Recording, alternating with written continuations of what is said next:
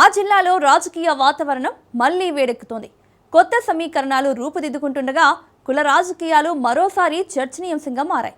ఆ జిల్లాలో రాజకీయమంతా కుల రాజకీయం మీదే నడుస్తుంది.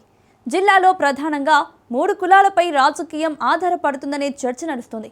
కాపు, కళింగ, వెలమ కులాల మధ్య రాజకీయ పోరు సాగుతుంది. ఒకానొకప్పుడు తిరుగులేని శక్తిగా ఉన్న కాపు సామాజిక వర్గం ఆ తర్వాత కళింగ కులానికి పెద్దపీట వేశారు.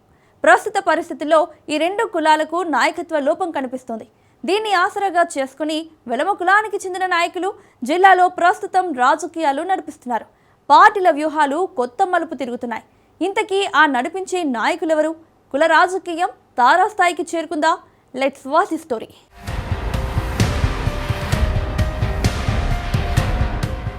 శ్రీకాకుళం జిల్లా రాజకీయాల్లో కుల సమీకరణాలు మరోసారి హాట్ టాపిక్ గా మారాయి. ఒకప్పుడు వ్యక్తిగత నాయకత్వం ఆధారంగా నడిచిన రాజకీయాలు ఇప్పుడు కులాల మధ్య సమీకరణాలు, పార్టీ బలం, నాయకుల ప్రభావం కలయికగా మారిపోయాయి. గతంలో జిల్లాలో రాజకీయాలు ప్రధానంగా వ్యక్తుల ప్రభావం, పార్టీ సిద్ధాంతాల ఆధారంగా నడిచేవి. అయితే శ్రీకాకుళం జిల్లాలో రాజకీయాలు క్రమంగా వ్యక్తి ఆధారిత నాయకత్వం నుంచి కుల ఆధారిత సమీకరణాల వైపు ఎలా మారాయో స్పష్టంగా కనిపిస్తోంది. ప్రస్తుతం జిల్లాలోని 8 నియోజకవర్గాల్లో 3 ప్రధాన సామాజిక వర్గాల మధ్య పోటీ స్పష్టంగా కనిపిస్తోంది. అయితే రాజకీయ విశ్లేషకుల అభిప్రాయం ప్రకారం కుల సమీకరణాలు మాత్రమే ఎన్నికల ఫలితాలను నిర్ణయించవు. అభ్యర్థుల వ్యక్తిగత ఇమేజీ, ప్రభుత్వ పనితీరు, స్థానిక సమస్యలపై స్పందన వంటి అంశాలు కూడా కీలకంగా మారుతాయి.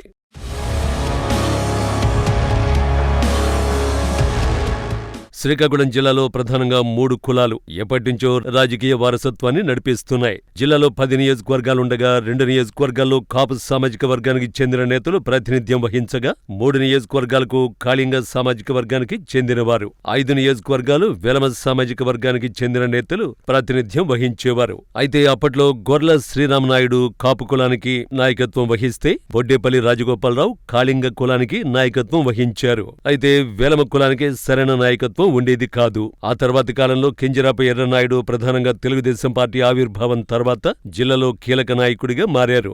అప్పటినుంచి కళింగ కులానికి కొంత ప్రాతినిధ్యం తగ్గింది. తెలుగుదేశం ప్రభుత్వం సమన్యాయం పాటించినప్పటికీ వెలమ కులానికి చెందిన నేతలతోనే పార్టీ నడిచేది.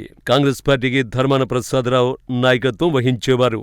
2 పార్టీల్లో ఏ పార్టీ అధికారానికి వచ్చినా వెలమ కులానికి చెందిన వారికి మంత్రి పదవులు దక్కేవి. కళింగ కులానికి చెందిన కిల్లి కృపారాణి, తమ్మినేని సీతారాం ప్రధాన నాయకులుగా ఉండేవారు.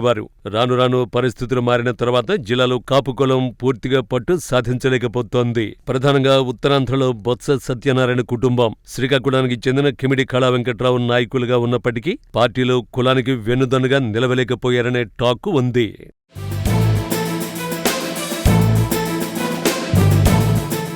అయితే కింజరాపు ఎర్రనాయుడు ఎదుగుదలతో పాటు తెలుగుదేశం పార్టీ బలపడ్డంతో వెలమ వర్గం జిల్లాలో కీలక శక్తిగా మారింది. ఇక కాంగ్రెస్ పార్టీ తరఫున ధర్మాన ప్రసాదరావు నేతృత్వం వహించగా జిల్లాలో ధర్మాన, కింజరాపు మధ్య తీవ్రంగా పోటీ ఉండేది.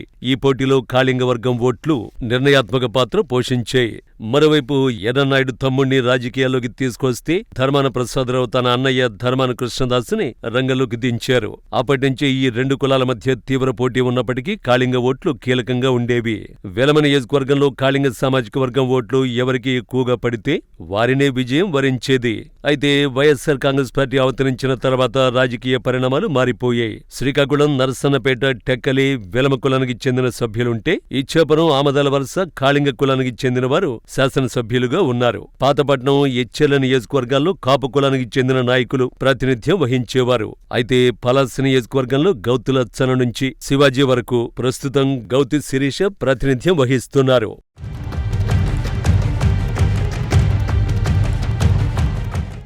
ఒకప్పుడు జిల్లాలో కుల రాజకీయం ఉండేది కాదు. కేవలం సీనియర్ నాయకులుగా వారికి గౌరవం ఉండేది. కానీ ఇప్పుడు పరిస్థితులను బట్టి కుల రాజకీయాలు నడుస్తున్నాయి. జిల్లాలో ప్రధానంగా ఎంపీ కింజరాపు రామ్మోహన్ నాయుడు, టెక్కలి నియోజకవర్గం ఎమ్మెల్యే కింజరాపు అచ్చెన్నాయుడు తిరుగులేని నాయకులుగా, అపజయమంటూ ఎరుగని నాయకులుగా ప్రతి ఎన్నికల్లోనూ విజయం సాధిస్తున్నారు. అయితే టెక్కలి నియోజకవర్గంలో కళింగ కులం ఓట్లు ఎక్కువగా ఉన్నా ఎంత ప్రయత్నించినా అచ్చెన్నాయుడిని మాత్రం ఓడించలేకపోతున్నారు. అందువల్ల అక్కడ కుల రాజకీయాలకు తెరతీశారు. ఈ నేపథ్యంలో పార్టీలకు అతీతంగా కళింగ కులమంతా ఏకమై అచ్చెన్నాయుడిని ఓడించాలని ప్రయత్నాలు ముమ్మరం చేశారు. వైఎస్సార్ కాంగ్రెస్ పార్టీకి చెందిన నాయకులు పేరాడ తిలక్, దువ్వాడ శ్రీనివాస్ అక్కడ కాంగ్రెస్ తరఫున కిల్లి కృపారాణి ఏకమైతే గాని అచ్చెన్నాయుడిని ఓడించలేరు. అందువల్ల అందరూ ఏకమవ్వాలనే నిర్ణయానికి వచ్చినట్టు తెలుస్తోంది.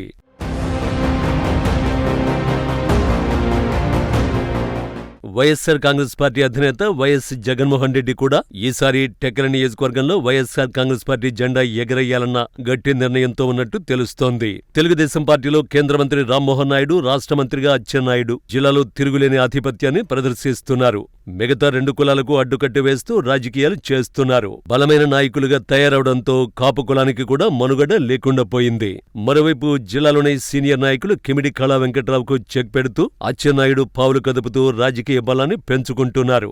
జిల్లాలోని 8 నియోజకవర్గాల్లో కాపు కులానికి ఒక్క పాతపట్నం మిగిలిపోయింది. కళింగ కులానికి చెందినవారు కూన రవికుమార్, బెందాలం అశోక్ ఉన్నారు. ఎచ్చెలలో చౌదరి వర్గం ప్రాబల్యం ఉండడంతో పలాస్సులో కూడా శ్రీశయన వర్గానికి చెందిన నేతలు ఉండడంతో అచ్చెన్నాయుడు జిల్లాలోని 2 కులాలను కట్టడి చేసేందుకు ప్రయత్నాలు చేస్తున్నారు అనే టాక్ ఉంది.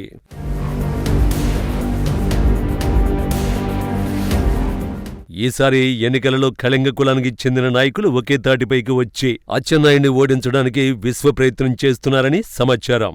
మొత్తంగా చూస్తే ఈసారి ఎన్నికల్లో శ్రీకాకుళం జిల్లాలో కుల సమీకరణాలు, ముఖ్యంగా కళింగ వర్గం ఓటింగ్ ధోరణి టెక్కలి నియోజకవర్గ ఫలితాన్ని ప్రభావితం చేసే కీలక అంశంగా మారనుంది.